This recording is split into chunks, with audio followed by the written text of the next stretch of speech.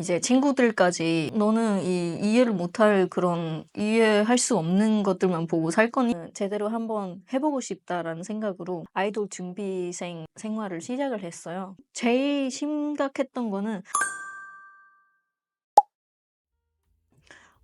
아무래도 제가 되게 어린 나이에 케이팝을 관심 갖게 됐잖아요. 그 이후로는 제가 저만의 세상에서 살았어요. 케이팝 노래들을 듣고 예능들을 보고 이제 한국 관련되는 그런 방송들만 보다가 이제 친구들까지 너는 이해를 못할 그런 이해할 수 없는 것들만 보고 살 거니? 약간 이런 말까지 들으면서 한국 문화랑 한국어에 빠져 있었는데 유학 생각을 했을 때 무조건 한국으로 가야 되지 않을까라는 생각으로 한국에 자연스럽게 유학하게 됐어요.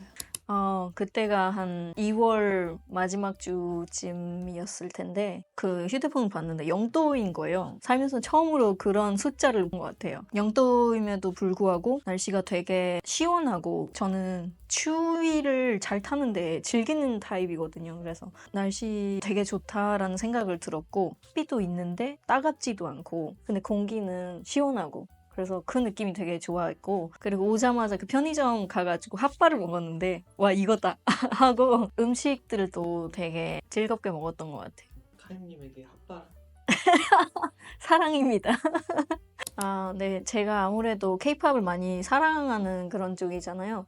근데 완전 어릴 나이에도 노래하는 거를 되게 즐거웠다고 집에서 얘기를 해주셨어요. 그러고 보니까 케이팝 또한 이제 한국어를 배우고 나서 따라 부르기 시작하면서 노래도 하고 이제 춤도 추고 자연스럽게 나는 케이팝 아이돌이 꿈이다라는 거를 가지게 됐어요. 그러고 나서 계속 혼자서 연습하다가 진짜로 한국으로 유학하게 돼서 이제는 제대로 한번 해보고 싶다라는 생각으로 입국하고 5개월 뒤에 바로 학원에다가 등록을 해서 아이돌 준비생 생활을 시작을 했어요. 거기서 춤도 제대로 처음부터 배워보고 노래도 배워보고 오디션들도 많이 봐서 그 이후로는 한 3개월 정도 아이돌 준비생으로 살았던 것 같아요. 왜 지금도 준비 중이신 사실 그 3개월을 준비하면서 느꼈던 거는 현실적으로 제가 나이가 제한이 되어 있다라는 거를 알게 됐어요.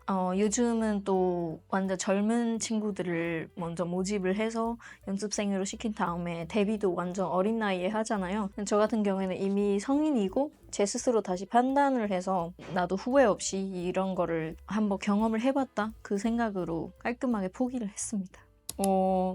그때 저도 얼떨결에 내가 꽈탑인가? 이렇게 되는 이야기이긴 한데 제가 처음 왔을 때는 되게 낯가리고 유학생이 저밖에 없다는 사실을 알게 되는 거예요. 요즘은 후배 한 명이 생기긴 했는데 작년까지만 해도 저 혼자예요. 그래서 그 학과에 있는 사람들도 저를 어떻게 대해야 되는지 잘 모르겠고 조심스러운 거예요. 그러고 보니까 저도 막 가가지고 다가가는 타입이 아니었어가지고 혼자 외로웠던 것 같아요. 그래서 집중할 게 없다 보니까 공부를 조금 하게 되는데 성적 좀 잘 나오면 되겠지 하고 시험을 보고 그냥 끝 하고 있었는데 다른 과 친구가 이제 밥을 먹으면서 언니 성적 나왔다고 하는데 석차가 어떻게 돼? 이렇게 물어보시는 거예요. 그래서 석차 나 잘 모르겠는데 해가지고 포털에서 확인할 수 있어 하고 들어갔어요. 봤는데 1등인 거예요. 그래서 나 1위라고 나와 있는데 하더니 친구가 언니 꽈탑이잖아 막 이래가지고 저도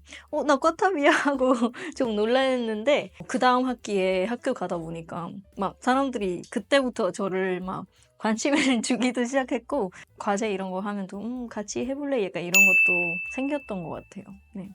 제가 한국 처음 왔을 때 1학년 1학기 그 시기가 조금 제 기억상은 좀 안 좋았던 것 같아요. 아무래도 처음 오다 보니까 적응하는 시간이기도 하고 뭐 아는 친구도 많이 없고 제일 심각했던 거는 학교에서 같이 밥을 먹을 사람이 없는 거예요. 1학기 내내가 조금 낯선 공간에다가 나 혼자 있는 그런 느낌이 많이 들었고 마음도 힘들었고 건강도 별로 안 좋은 것 같아요. 좋았던 기억은 그 힘든 시간 속에 아이돌 준비를 했거든요. 오히려 그 기억이 저한테는 좋은 기억으로 다가오는 것 같아요. 왜냐면은 10년 넘게 그 아이돌이라는 꿈을 꾸고 해보고 싶은 것도 많았는데 처음으로 춤도 제대로 배워보고 노래도 제대로 배워보고 연습도 많이 해보고 오디션도 보고 그랬는데 저한테 너무 신선했고 도전적이었지만 즐거웠어요. 그래서 지금 생각해도 마냥 힘들기만 하지 않고 행복했던 기억인 것 같아서 저는 그거를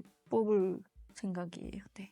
장점은 아무래도 저희 나라보다 엄청 발전되어 있는 나라라서 시스템들이 되게 좋은 것 같아요. 뭐 예를 들어 교통 시스템이나 식당에 가면은 주문하는 시스템? 이제 기계로 되어 있잖아요.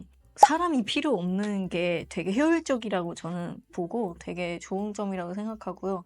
또 하나는 한국의 날씨가 분위기 있는 것 같아요. 제가 봤을 때는 그 사계절 내내 뭐 여름이면 여름 분위기 그리고 뭐 가을이면 가을 분위기 이런 게 있고 좋은 그런 풍경들이랑 광경들이 많은 것 같아요. 그게 좋은 점이라고 생각하고요. 단점은 아무래도 제가 한국에 왔을 때부터 지금까지 시선을 많이 받는 것 같아요.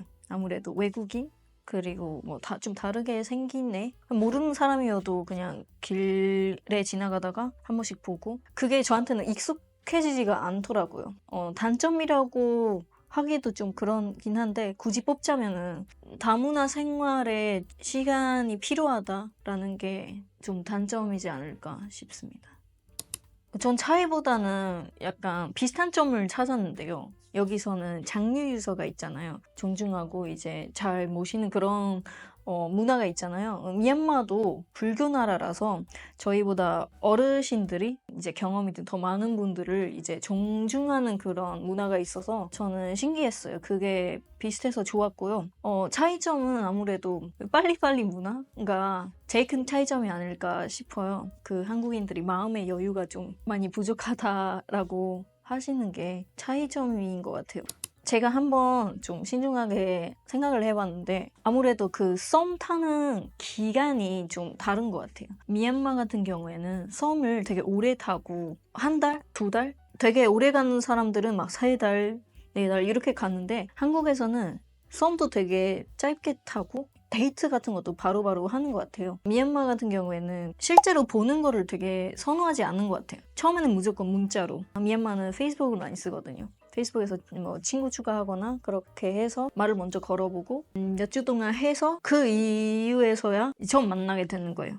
그러기까지 기간이 엄청 오래 걸리는데 한국에서는 바로 이제 서로 소개하고 바로 이제 데이트를 하고 서로 잘 맞으면 바로 사귀는데 그리고 저렇게 소통하는 방법도 다른 것 같아요. 한국의 대면을 더 선호하고 이제 미얀마는 이제 비대면으로 소통을 하는 게 선호한 것 같아요. 네, 제가 처음 여기 미디어 커뮤니케이션 학과를 지원했을 때는 예능 프로듀서가 꿈이었어요. 제가 예능도 엄청 많이 보고 나름 재밌다고 생각도 해서 그런 재밌는 거를 찍을 수 있겠다 그 생각을 하고 왔는데 여기 와서 그 실습 수업들을 하다 보니까 그 영상의 미학 같은 분야를 좀 더 관심이 많아졌어요. 그래서 지금은 최종 목표로 뮤직비디오 감독이 최종 목표이고요. 거기까지 가기에는 또 단계들이 많이 걸쳐야 되잖아요. 그래서 그 중에서 배울 것도 많이 배우고 경험도 많이 쌓이고 그렇게 제 목표까지 갈 생각입니다.